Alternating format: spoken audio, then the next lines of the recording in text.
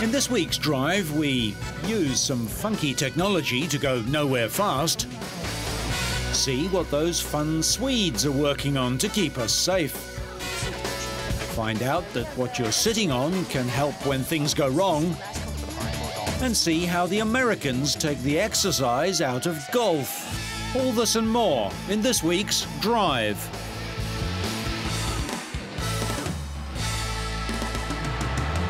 We sometimes lose sight of just how much racing cars have changed over the years. So a look through history at the Silver Arrows Mercedes racing team compares the way it was with today's racers. Manfred von Brautich won the 1934 German Grand Prix in his Mercedes at the Nürburgring. The cars were huge, heavy and fearsome 400-horsepower monsters. The drivers, mostly talented amateurs, wealthy playboys out for a laugh, or gritty mechanics determined to win. They drive various cars in different classes for little more than glory. 20 years on, and the world is healing after the Second World War. Legendary Juan Manuel Fangio becomes world champion again at the French Grand Prix. The cars look very different, but racing is still fast, dangerous, and the preserve of fearless young men, many of whom lived and died for motor racing.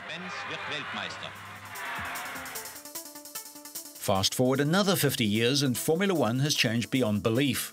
Corporate sponsorship has produced highly paid professional drivers contracted to teams with budgets bigger than those of some small countries.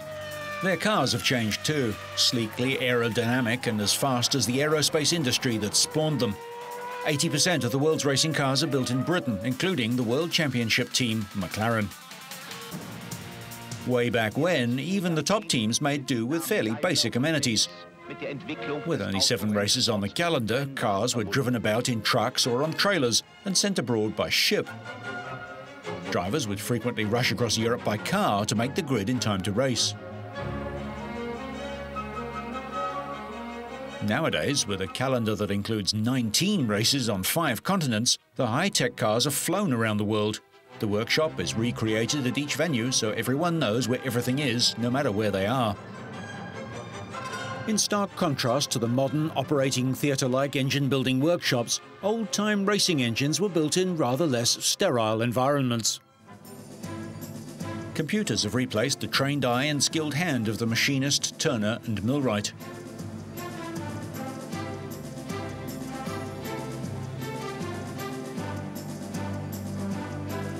One thing hasn't changed: the need to test and measure the output of engines. The test bed allowed engineers to see what the engine could do before it was put into a car and track tested, usually by the same driver who would be racing it. As we've already seen, modern engineers still test racing engines, but analytical computers have replaced a practiced ear for measuring an engine's state of tune. In addition, modern drivers do relatively little development of the cars. This is usually performed by a separate team. Another place where much development has taken place is in the critical arena of tyres. Once, tyre men had to be able to read the weather, the track surface and their driver's mood to determine which tyres to fit. Fangio famously dedicated one of his victories to a far-sighted Pirelli technician who made sure the maestro had the right rubber to win. Formula One tyres are now strictly regulated, but are still the place where most teams hope to gain an advantage over their rivals. The tread, size and even the life of racing tyres are subject to changes in regulation as officials seek to cut costs and speed. Pit stops in the longer historic races were very different too. Here, 300 litres of volatile alcohol-based fuel is sloshed in from handheld cans as the driver takes a drink and wipes his screen. But the fuel spills and water is needed in a hurry. Alcohol fuel can cause injury without even igniting, and it burns with an invisible flame. In contrast, today's cars burn ordinary petrol, yet service crews are well protected. All 4 wheels can be changed in 6 seconds or less, and fuel is squirted into the tanks at a measured 12 litres per second. Computers may be the key to success nowadays, but despite two-way radio communications and data telemetry, handheld pitboards are still used, and so are flags. Drivers still need to be able to read information as they flash past the pits, focusing both on the road ahead and the little wooden sign beside the track.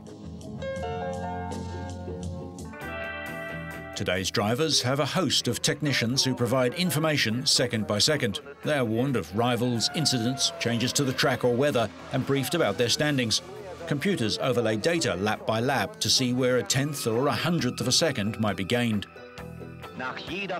Things were not always so technical. There was a time when dedicated mechanics would go to great lengths to make vital adjustments. Surely one of the reasons that historic racing continues to be so popular all around the world, as enthusiasts keep alive the races from bygone years. It won't be nearly so easy for weekend racers of the future to maintain today's cars. Without a bank of computers, they won't even start, and many parts, carefully crafted in carbon fibre and other high-tech materials, have a very finite life and won't be readily available. Of course, driver safety is an arena where technology has really improved.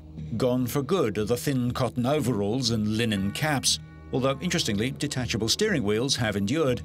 Many racing drivers died before a revolution in driver safety came about. Even 5-time world champion Fangio often raced in slacks and a t-shirt. Look, Ma, no hands.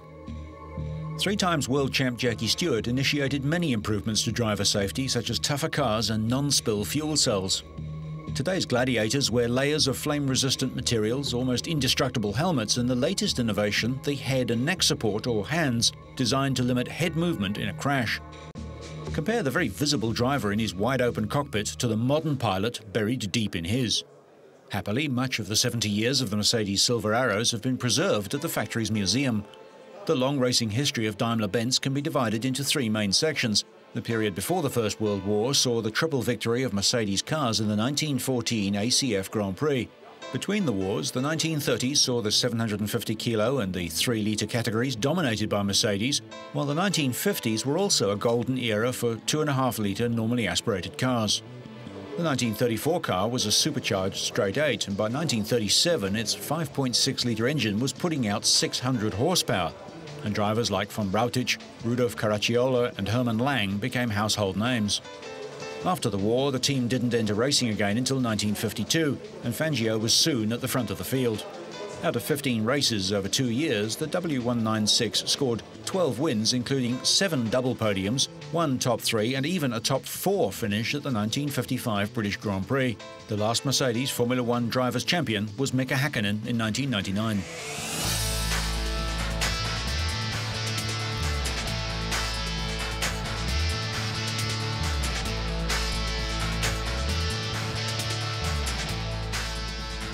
The salt flats of Bonneville are like nowhere on Earth. It's a place so barren that not even the simplest life can exist.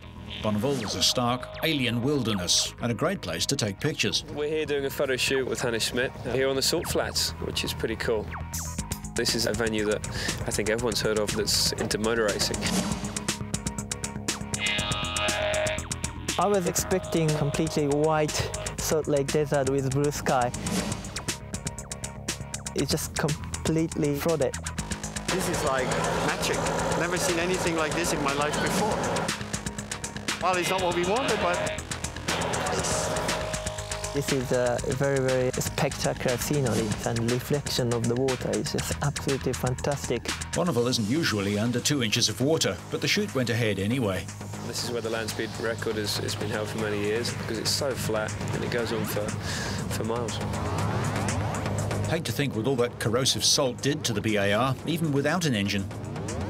First time doing a fashion shoot for me. It's exciting, the whole image thing, and to have an image is very important in Formula One, so it's definitely something I'm into, yeah. There's a lot of really fun clothes here. You know, stuff that I wouldn't go into a shop and pick out to try on. But it's some cool stuff, and we've had some really cool shots with some really old style motorhomes and obviously the car. Normally you don't get so much clothing where they're very, very unique clothing, but I do get in here with Hannes, and I really enjoyed it.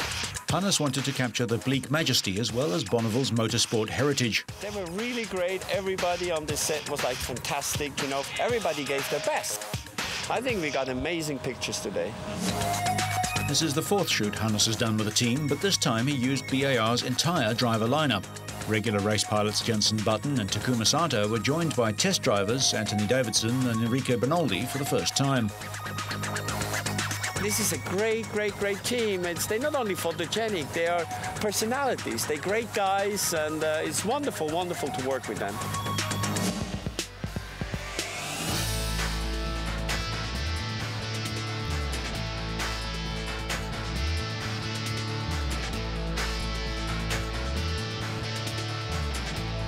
Just to prove that there are some engineering frontiers still waiting to be challenged, Jeep recently unveiled a very unproduction-ready design exercise, the Jeep Hurricane, a highly conceptual dune buggy-like off-roader.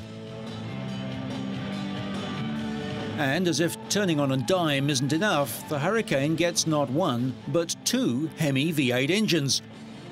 One forward-facing Hemi up front and a second rearward-facing Hemi at the rear. Both send their power to a central transfer case, which distributes the torque to the front and rear split axles.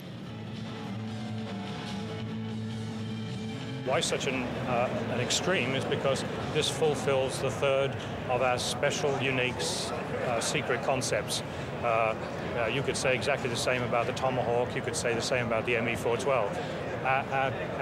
Our job here was to come up with something outrageous, to come up with something, though, that was totally functional, and something that gives somebody something to talk about and so on, and I think we've done that. Chrysler says that the Hurricane is the most manoeuvrable, most capable and most powerful 4x4 ever built, demonstrating their creative and mechanical expertise.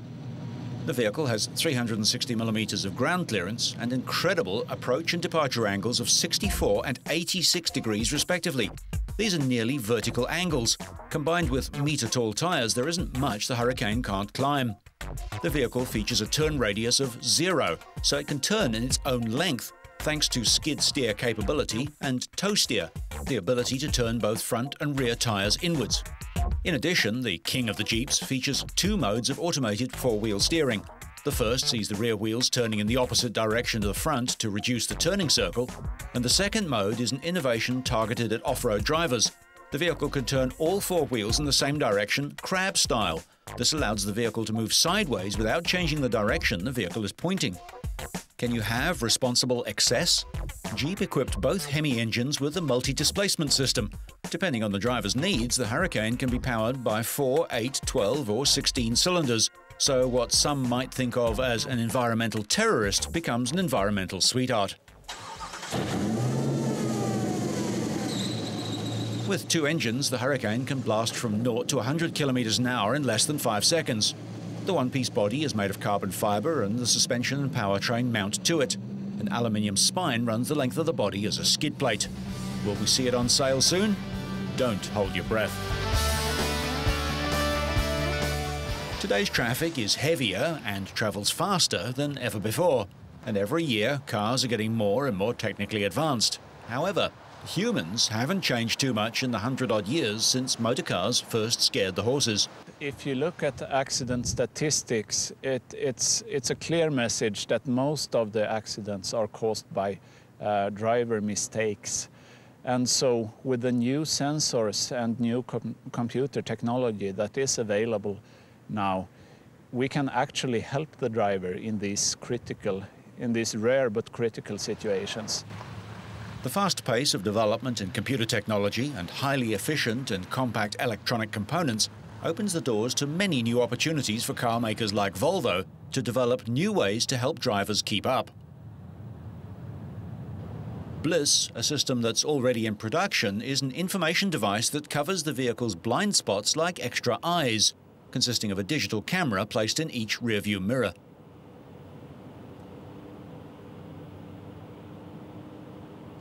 A red light inside indicates there's a vehicle in the blind spot. The basic idea is that an intelligent car that thinks and responds faster than the driver in critical situations warns the driver of potential risks. A number of systems exist already, integrated or planned for forthcoming models, for safety concerning the car, the driver and the traffic situation.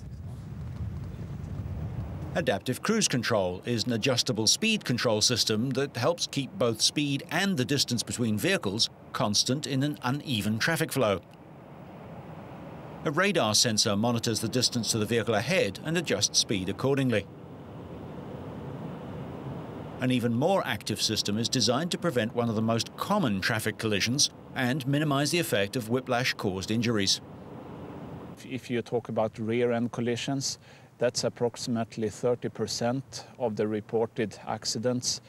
In these cases, drivers doing mistakes, they don't brake, for instance. In 50% of the rear-end collisions, the driver wouldn't brake at all. So what we're trying to do is to develop a system that helps him to realize that an accident is going to happen and give him a warning. And if he's not responding to that warning, we will turn on the brakes autonomously to lessen the severity of the accident. Many collisions occur when the car is driven off the road. To keep the vehicle in its lane, the car has a camera that keeps track of the vehicle's position. If the driver's attention wanders and the vehicles move out of the lane markings, a warning buzzer sounds.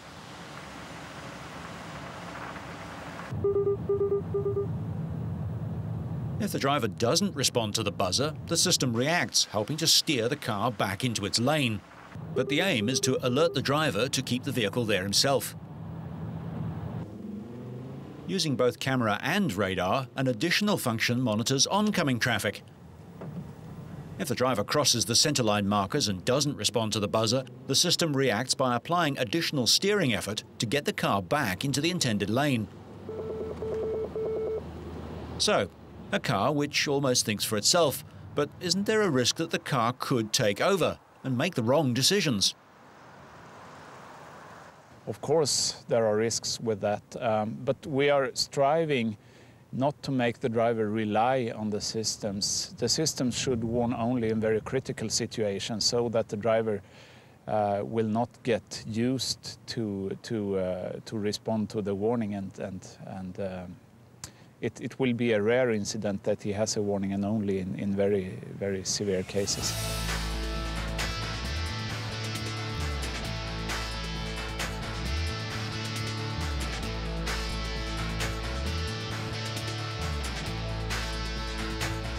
A new international test ranks all models of Volvo cars best concerning whiplash protection.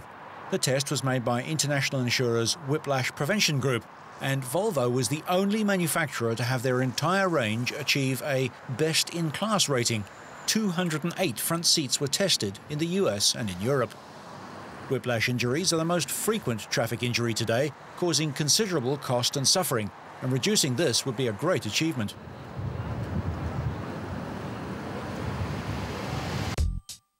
Whiplash. This is what happens to your body when your car is hit from behind.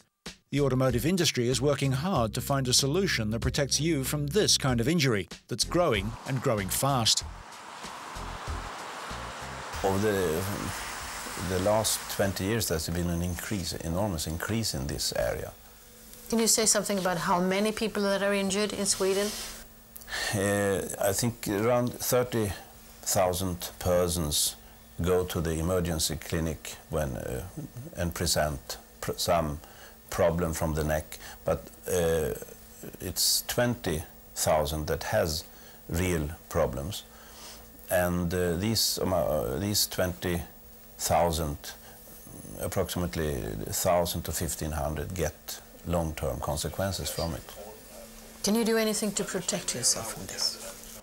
As we now have some protective system, as for example the Volvo Whips chair, I think you should use a car that has such equipment, safety equipment.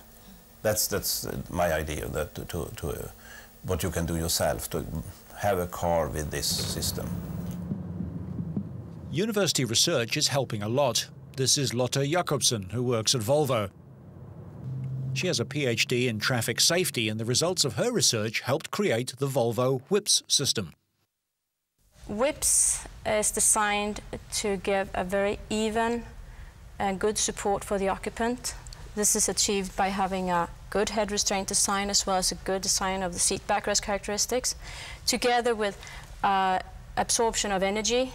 Like if you catch a ball, you want to do that in a soft way. And we have a mechanism in the whip seat to enable the seat backrest to move with the occupant rearward relative to the seat cushion. We have estimated our whip system as compared to our prior car seats to be very significant, both for reducing initial neck pain, but also persistent problems, problems lasting more than 1 year. And our study has been supported by 2 independent studies as well. Can you say anything about the costs?